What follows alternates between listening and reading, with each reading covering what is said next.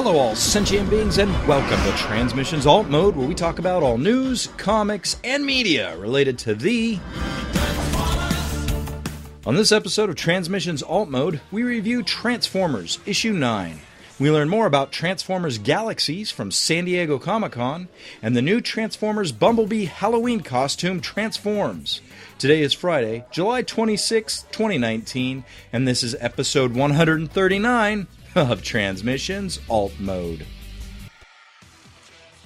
Welcome to Transmissions Alt Mode, the podcast that spans galaxies. I'm your host Charles, aka Big C, and I'm joined by the excellent Transmissions team. Yusuf, better known as Yoshi. Yo! Jeremy, aka Yakko. Hey, how you doing? Let's talk Transformers, eh? Fuck. Any closer to Daryl? You live in motherfucking Wisconsin. You should be able to do it better than either one of us. All right. Well, let's talk Transformers, don't you know? Canadian Daryl, everybody. Yes, we are without Daryl this week. If you listen to the toy show, you might have noticed. He will hopefully be back next week. Sadly, last minute thing couldn't get him on, but we wish him well. He's getting close to retirement age, though. He might not come back. Prove him wrong, Daryl. Prove him wrong. Prove it you can't. I'll be back every third episode again. Don't worry. All right. As always, we start off with our donations, our Donatreons, those lovely people who give us money on Patreon and PayPal. We are eternally grateful to you for continuing to help us support the show. You're the reason we keep going.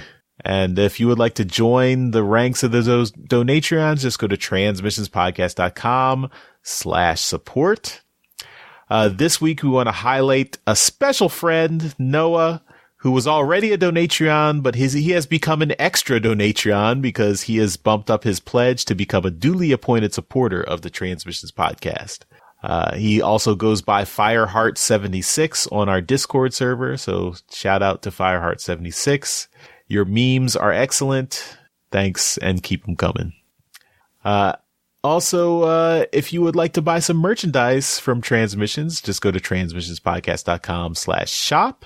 And we've got lots of cool t-shirt designs, including some designed by friend of the show and awesome artist K-Girl, particularly the good guy and bad guy shirts that were, the concept was by Daryl. He made the original design, and then K-Girl made her artistic magic to make them look great. So it's really a great collaboration and awesome shirts. So you can check them out at our shop or at her shop, which is teepublic.com/user/superstark. Also, this week we have Empire of Rust episode 2, the first, best, and only Transformers RPG podcast. That's run by our editor and producer, Mike Ordway. So listen to episode 2 of Empire of Rust. The action heats up. We get some heavy players, really important players join the guest stars come in there, and you get to know the party of these 5 Transformers who are coming together to take on the evil that has infested Cybertron. So, more importantly, we learned why he's no longer editing our main show. He's only off this week. He's still doing it. 1 week turns into 2 weeks, which turns into forever.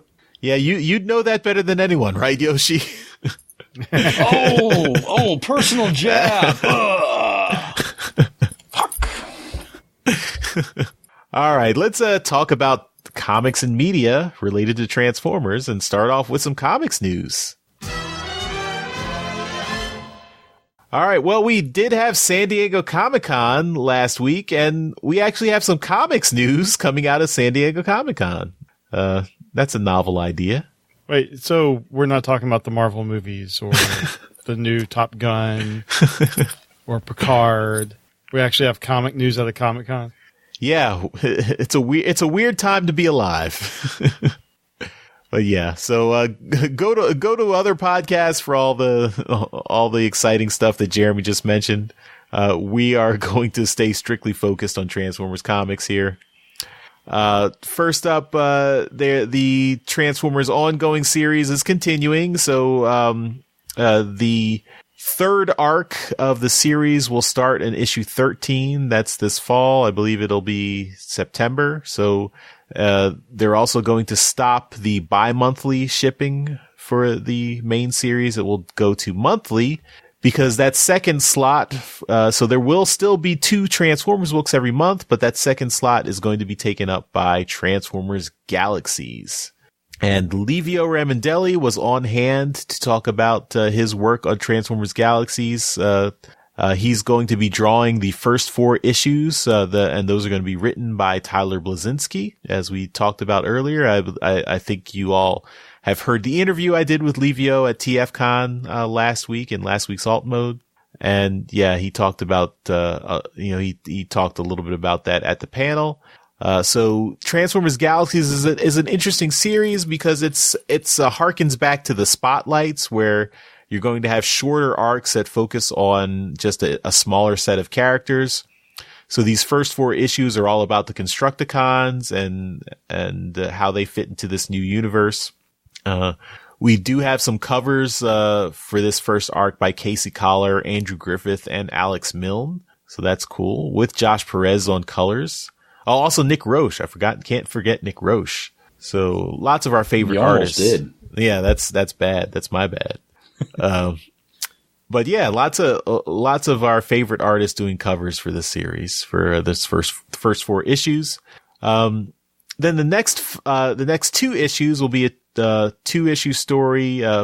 Issues 5 and 6 will focus on Cliffjumper, and that will be by Kate Leth and Cohen Edenfield, which is cool. Kate Leth is actually written on the Cyberverse TV show as well. She's written lots of other stuff. She's a big comics writer. So it's cool to get her continuing to dip her toe into the Transformer space. It's always nice to see writers from elsewhere coming and playing with Transformers. So I hope that Cliffjumper arc is interesting.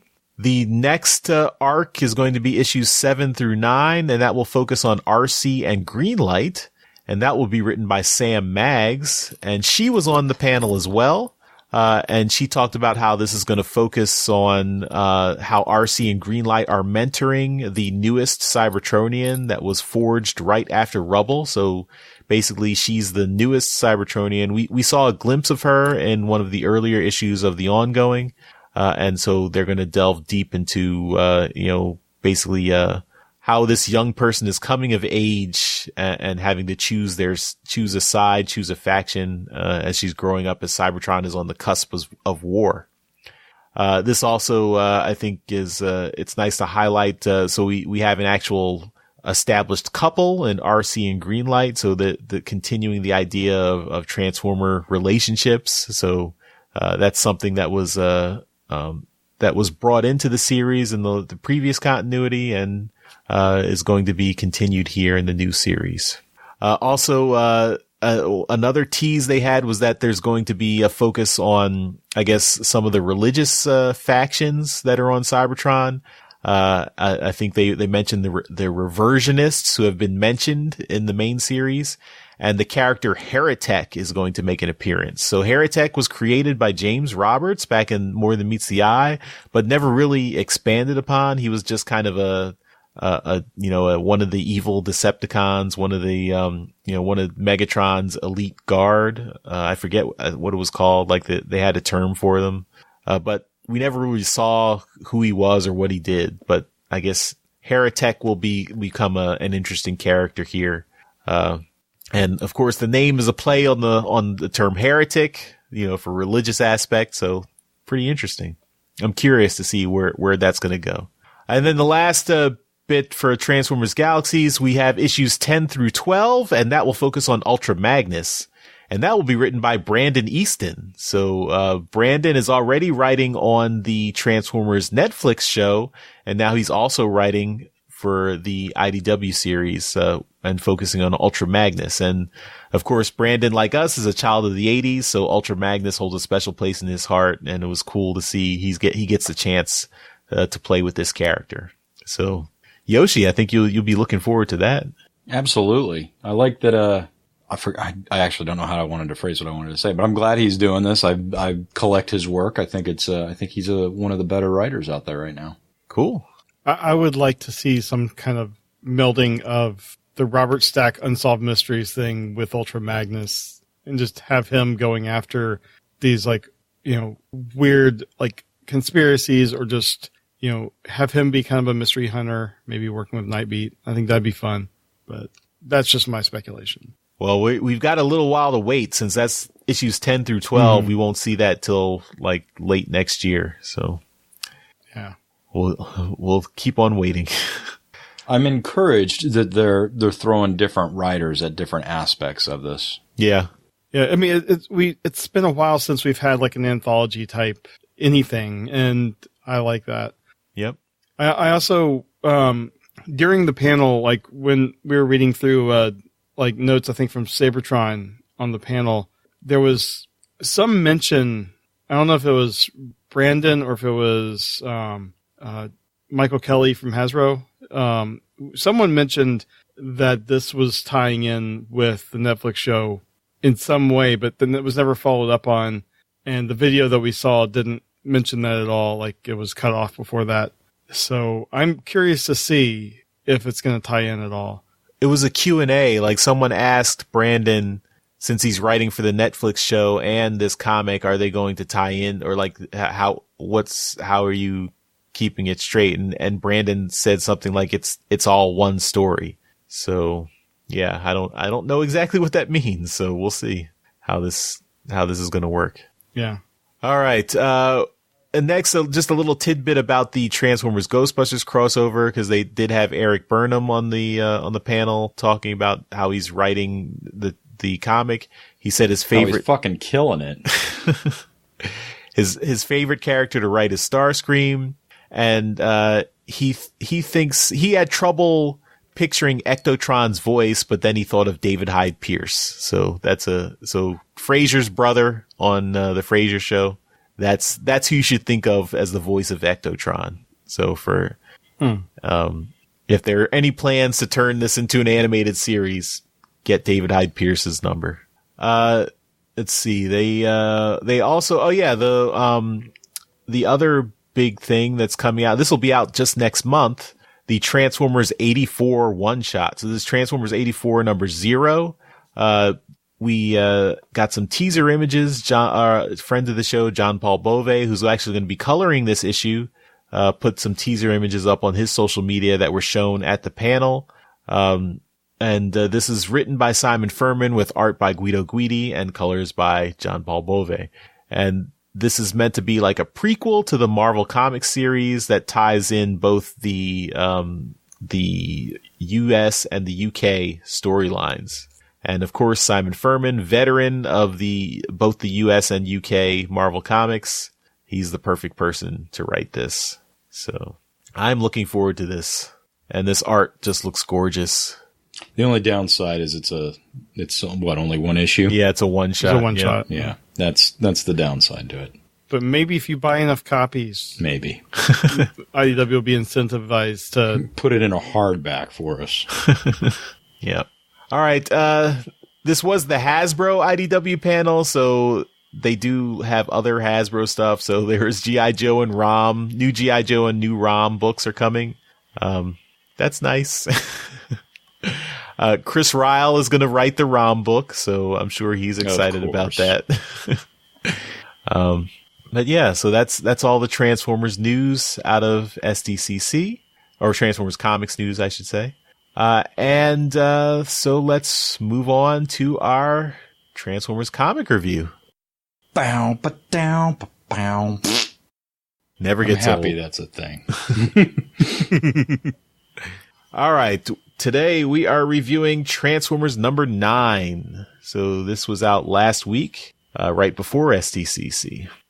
So Transformers number 9, The Cracks Beneath Your Feet, Part 3, written by Brian Ruckley, art by Angel Hernandez, most of the issue, and Anna Malkova, pages 4, 5, and 10. So Angel Hernandez did the other 17 pages of the issue.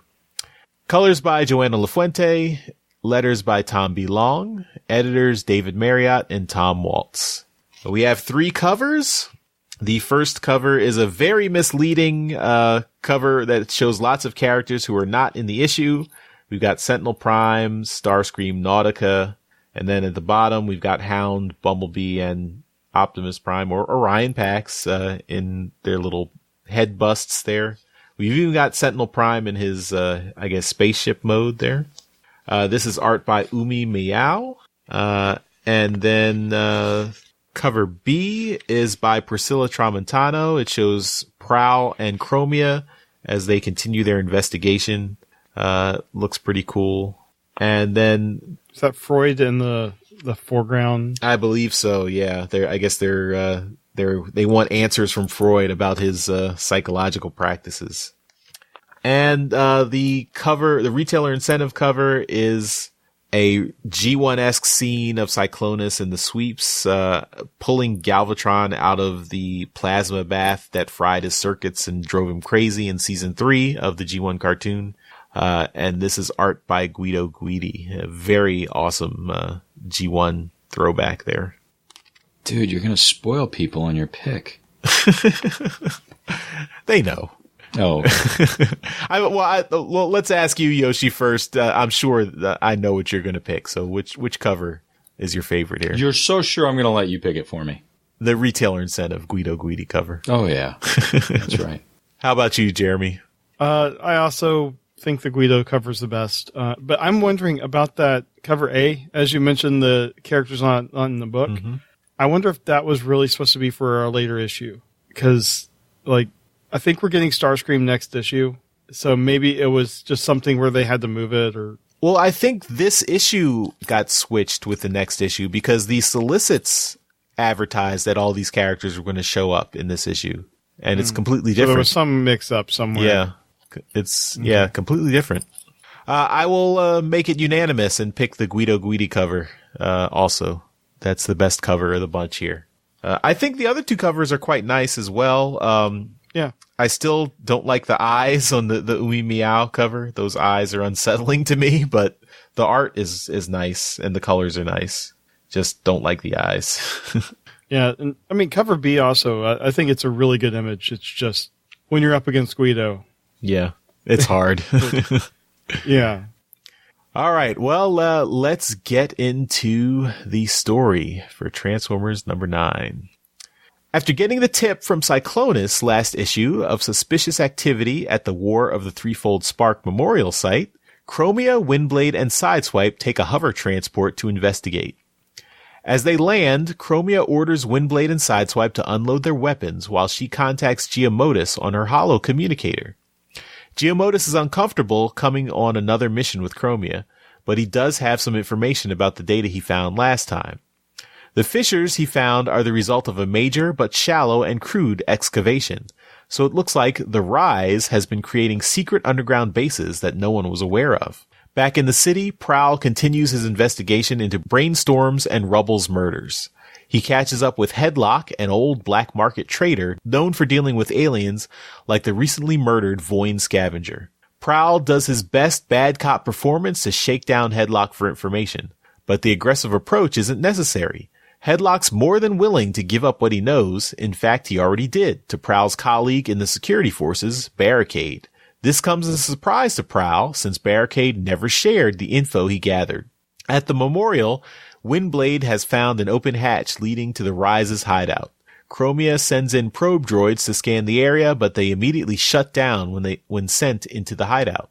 There must be an anti-comms dampening field installed, so they'll have to go in blind.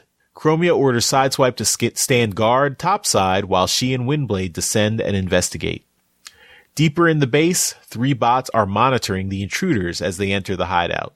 Sixshot is annoyed with his companions Flame War and Shadow Striker for compromising their location. Sixshot casually punches Flame War across the mouth in his anger and frustration, knocking her back. Next time, wait for orders before attacking someone sniffing around their base, he sneers.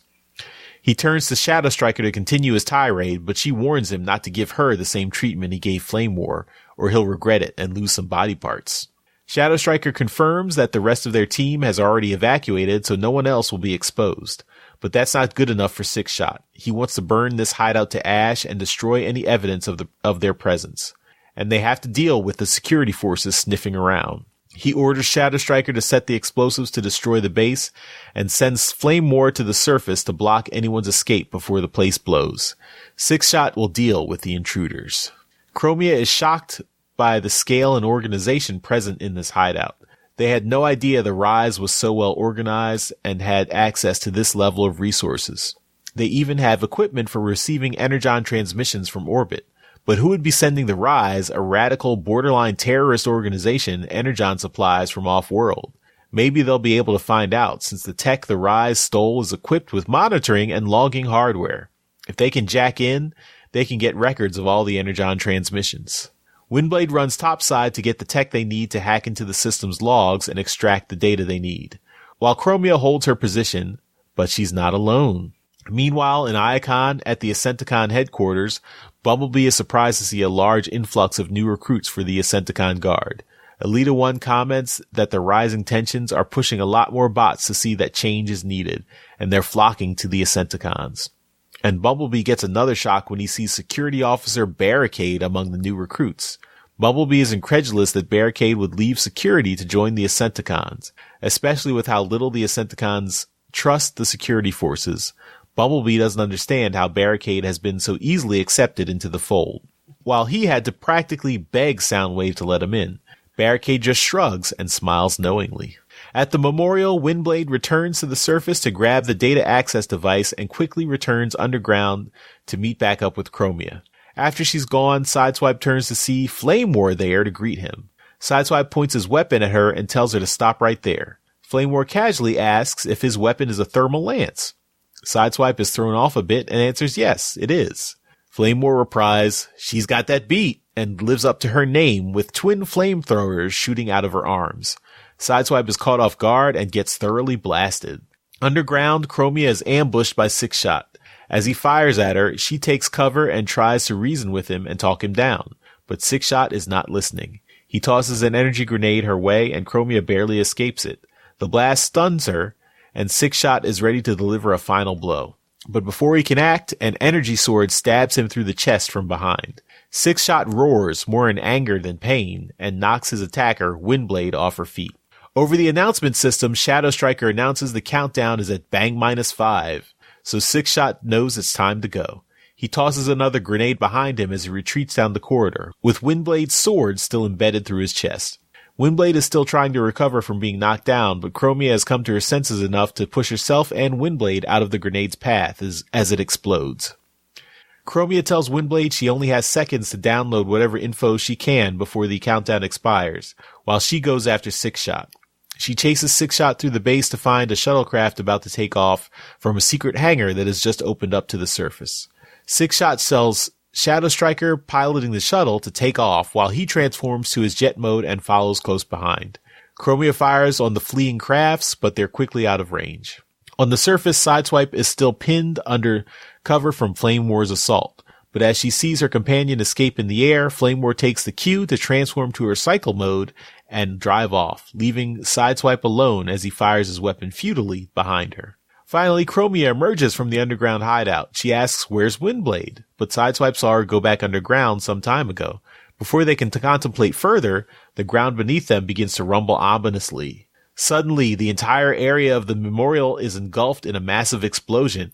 Debris is thrown everywhere. One piece of fiery debris turns out to be Windblade, who somehow managed to survive the blast and was thrown clear. As she struggles to recover, she cradles the data extractor with info on the Rise's energon transmissions in her hands. To be continued. So, I'm even more sad now that Daryl wasn't here because I think this is the action and excitement that he was looking for in this book. I think this was a significant step up for me in the series.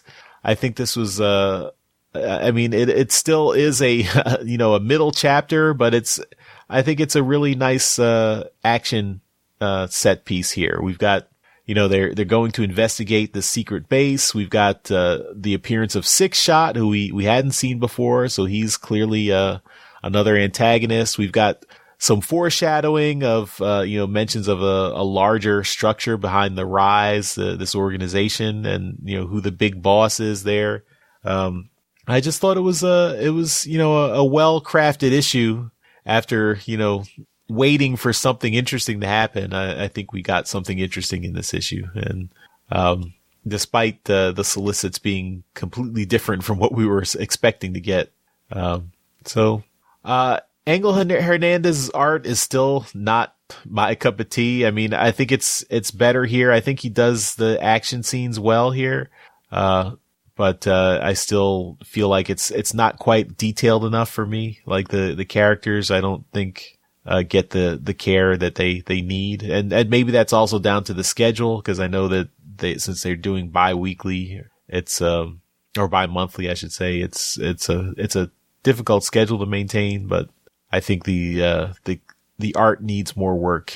It's a step up for me. I think that doesn't erase it took us 8 issues to get here, but I like that more actiony things are happening here. Do you think that maybe, you said earlier that the issues were moved around. Do you think maybe the reason the solicits didn't match is because they realized they needed a little bit more action and they reordered the issues?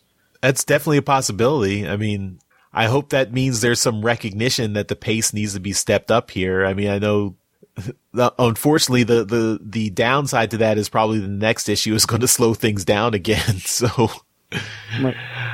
But I mean, after an action-heavy issue, you normally get a slower issue as they process, and then it's supposed to kind of as you go along in the story, it's supposed to amp up. Yeah. So. But then, but also, I mean, that means we might not get any follow up on what happened. Like the fate of Chromia and Sideswipe is left ambiguous here. So we don't know if they were killed or just heavily damaged, or if they somehow managed to escape this explosion. And then, Windblade is probably injured as well, but she's got some critical data that we might want to get a look at. So I wonder if all those plot threads are going to be suspended for the issue that we were supposed to get this month or this week, for the next time, but we'll see, I guess. So Jeremy, what did you think of this issue overall? I mean, we had battles, we had fights, we had a transformation. A lot of things that we've been complaining about were here. I enjoyed it. I particularly thought the pacing of this was pretty good. You have like the mystery of the hidden base. You're starting to see where people are kind of settling with like Barricade, and I mean, knowing how things are going to fall with like Autobots, Decepticons later down the line. You're starting to see some pieces fall into place, but then you also have like Bumblebee with the Decepticons, which is not going to last long term. But I really enjoyed a lot of the stuff about this. The art, as you mentioned, is still not the best, but I will agree. During the action scenes, I thought it was, a lot better than what we've seen. I especially liked Flame War's alt mode here, that essentially like her head kind of becomes the front of this motorcycle, where if you're thinking of a society where they don't have to have any mechanism for someone to ride on them because they're just, there's no one that would ride on them. Right. So it's a neat kind of interpretation of a motorcycle alt mode as just a means to quickly, get from one place to another. So I like that. And this kind of bumped up my, opinion of the series. And as I've been saying, I like a lot of the ideas presenting. Just the pacing has been really bad. Mm-hmm. I'm hoping that they're realizing this and they're trying to take steps to improve the pacing as we go along. I mean, we'll have to see, but I mean, for one issue, I thought this was a big improvement. All right. Yoshi, what are your thoughts? I think I'm gonna sound just a little bit like Daryl. I really struggled reading this one. And I don't know how else to put it. Maybe it was too many big words for me. But yeah, I personally struggled reading through it. It took me way too long. And I don't know what to say here without sounding like a horrible broken record. I don't feel like any of the interior artists are agreeing on what character models to be referencing when they're drawing. And that, I don't know if that's just an issue of having multiple artists who have different takes, or they're just not agreeing on the character models. I know that's been an issue in the past, particularly with Bumblebee and like whatever it is on the side of his face. Mm-hmm. Yeah. One artist do it completely different. Yeah. Exactly. Like, I mean, if you're going to commit to a reboot with different designs, then withhold a paycheck if they're not doing the job. Like this, I don't understand that. Well, I think at least it seems like the mandate is to use the toy designs, but we don't have a Siege Bumblebee, so they don't have a Bumblebee to reference. But still, But they should have a character Bible. Yeah. You know, saying this is how we want this character to look. Yeah. And every artist will put their spin on it, but you know, you want it to be fairly consistent. Mm-hmm. Bumblebee looks like a viper. Get over it. But some of the artists aren't getting over it, it seems. I think, Jeremy, you need to remember that because this is a reboot, we don't know what's going to happen to Bumblebee, whether he's going to stay with the group or not. Yeah. I mean, I don't see Hasbro allowing them be a Bumblebee that's a Decepticon for any long term. Right. So, I mean, maybe this completely does away with just the two factions and there's multiple. Right. But he will be at the very least neutral good, you know, when all this shakes out. I was really, I mean, the first scene where the sideswipe and everybody came on the hover car. Mm-hmm. The book is called Transformers. Windblade should be flying. Sideswipe can drive it. Somebody else can drive the hover car if the equipment is necessary, but I didn't see it come into use at all. I mean, you saw Sideswipe pulling guns out. Yeah, but I mean, nothing came of it. I mean, it was busy work, and you know, I mean, it was cool to see the one bot transform. I don't know. I'm really trying not to be an old school dick about this, but like at this point, okay, you got this shit going on. Let's take an issue or two and let's talk about some other Transformers and do something compelling to bring me back into this. Like let's go to some other part of Cybertron. Let's talk about, because there's tons of bots we haven't seen from yet. Let's start a story to bring me back into it, because I've got something for you, Yoshi. It's called Transformers Galaxies.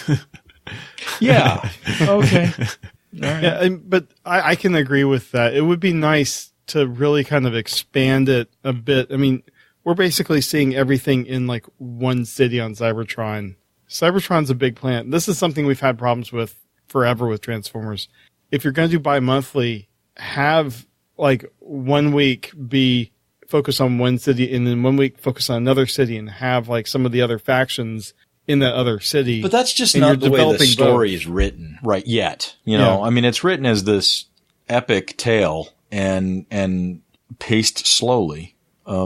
It's paced like a novel. I want to take epic back. It's paced. It's written as a fucking political thriller, and I don't know. I mean, you gotta understand where the fan base is coming from and write a story to get them into this idea.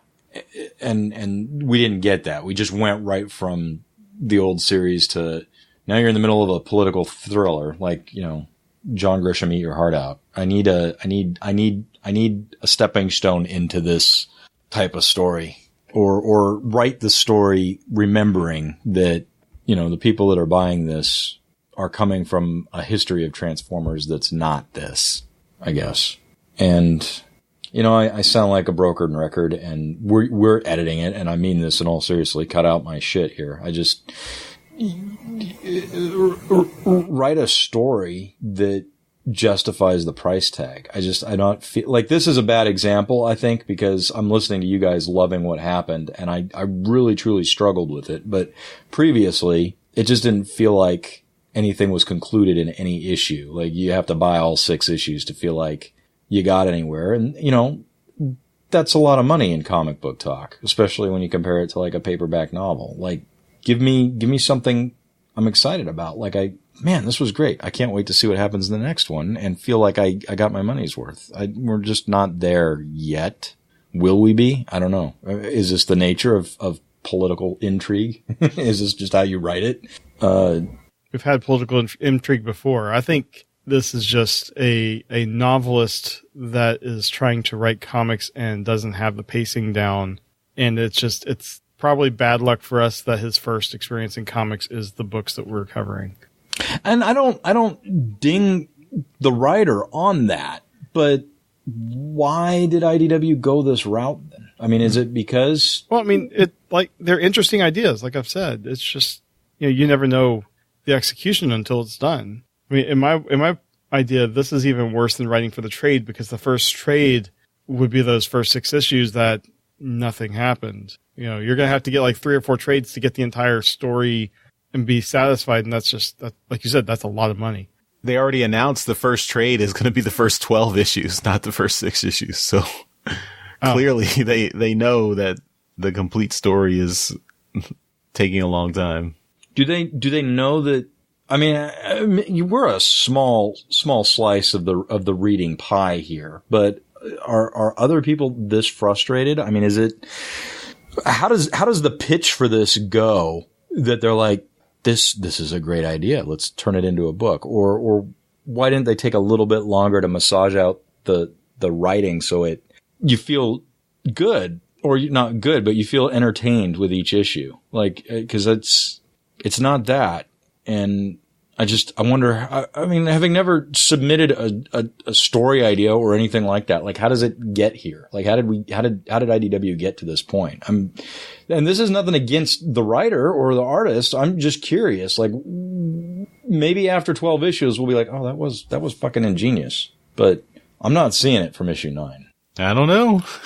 I mean, for me, this is an improvement. So if the issue continues to pick up the pace, if the comic continues to pick up the pace in the next 3 issues, right, I'll be happy with where we are. But but I think the first impression for the comic for the last 8 issues was not great.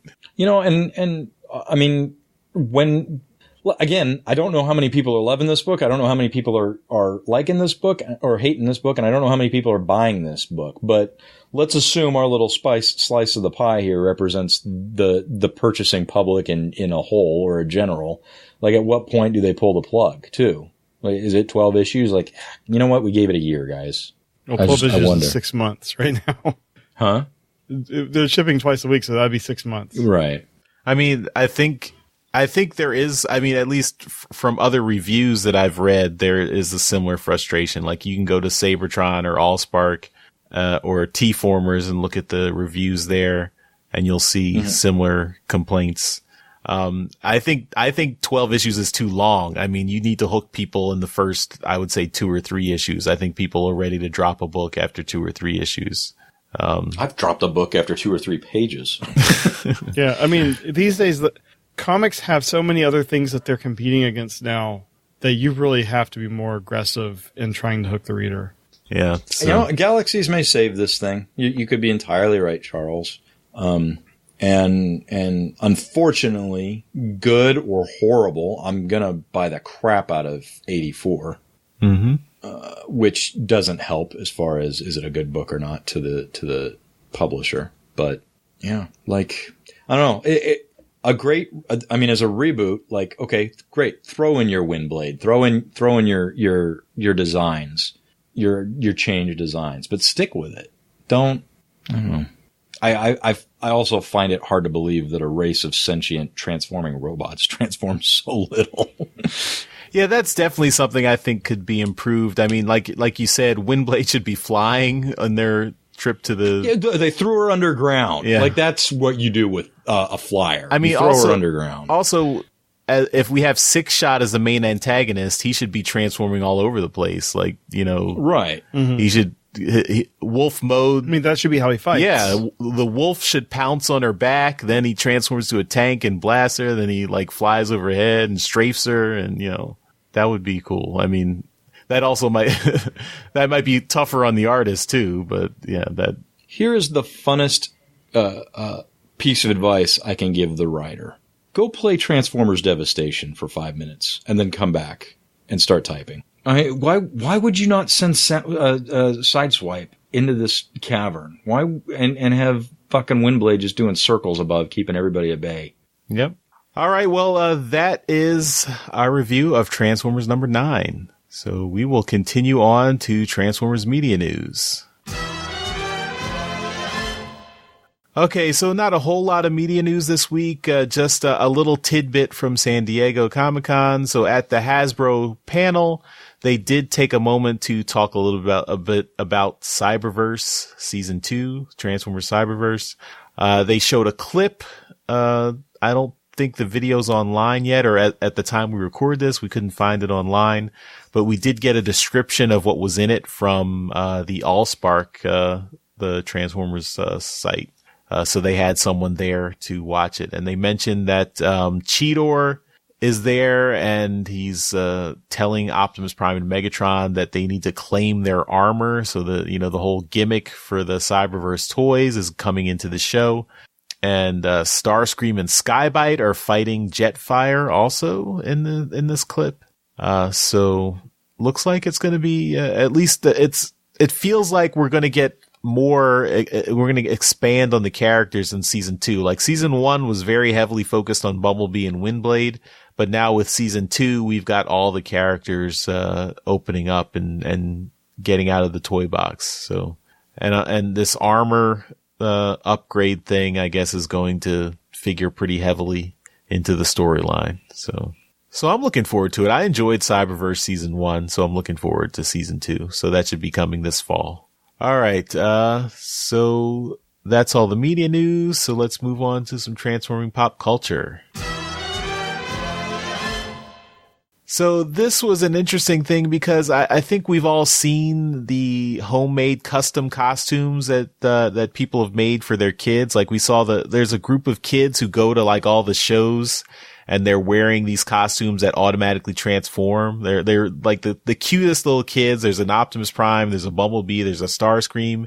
And when they lie down on the ground, their costume changes into their vehicle mode. These videos they've gone viral on Facebook, and they're at the conventions. We saw them at TFCon last week.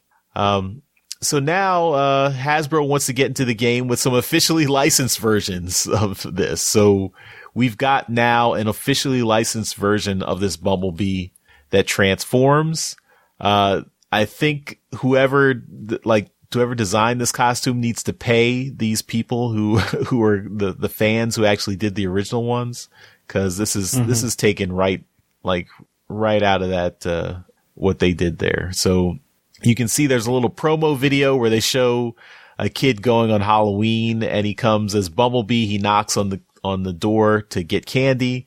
Then he transforms into the Bumblebee car mode and knocks on the door again. So he gets candy twice because he's got 2 modes. That was a clever video. That is. I'll give him that. That was a clever video. But, yeah. So, I mean, this is a better, costume that, the costumes that we got as kids were always like, it's just a shirt with the character's face on the chest. It was essentially a plastic bag with the character's face. So this is definitely putting a little bit more thought into the version, even though this is totally stolen from the fans who thought of this first. But yeah, you can pick this up at disguise.com. I don't see a price yet. Yeah, they don't have a price posted. But yeah, I was planning on trying to do make one of these type of costumes for my kid for Halloween. I'm probably still going to try to do it. We'll see how bad it turns out, but nice to know there's an alternative. All right. Well, that is Transformers bleeding into pop culture. So let's finish up the show with convention news. All right. Sticking on the Bumblebee train here, TFCon has announced that Dan Gilvezan is going to be attending TFCon DC 2019. He was the voice of G1 Bumblebee, among other things like Spider-Man and countless other characters of our childhood. And he also has a book, Bumblebee and Me, Fantastic book. Yeah, it's a great short read, but I'm sure he'll have some and he'll autograph them, for a price, of course. But he's always a great person to have. His panels are always funny. So, looking forward to seeing him there. He was the auctioneer at the charity auction a few years ago at TFCon Toronto. Yeah. This convention could be the first opportunity to get your Hallmark Bumblebee ornament signed. Oh, there you go. Oh, yeah. Yeah. That's some good thinking, Yoshi. I am sitting on my butt. But that is it for convention news. I guess also to mention this weekend is CybFest Northwest in Washington State. So if you are going to be going there... so is Quattro, so you can meet Quattro. Yeah. Yes, send us a note. Let us know how it was. We'd love to have feedback about that. And that is it for convention news. I'd like to say Yoshi will be there. I'd like to say that. Believe it or not, I can't confirm either, but I'm still trying to pull that and make that work. And we can talk more about that offline, but I'm still trying. If you do confirm during the week, tweet it out on social media so people know. Okay. I'll use the transmissions account. Yes, do that. And I'll let Quattro know. That's the important thing. That is the important thing. All right. Well, that's it for this episode of Transmissions Alt Mode. Thanks, everyone, for listening, and we will see you next time. Bye-bye. Bye, guys. Bye. Hey, everyone. Thanks for listening to this episode of Transmissions. But just because this episode is over doesn't mean the Transformers fun has to stop. Join us and other Transformers fans on our Discord chat server by visiting transmissionspodcast.com/Discord. If you would like to learn more about how you could support the Transmissions Podcast, just visit transmissionspodcast.com/support. Thank you all for listening, and we'll see you again next week.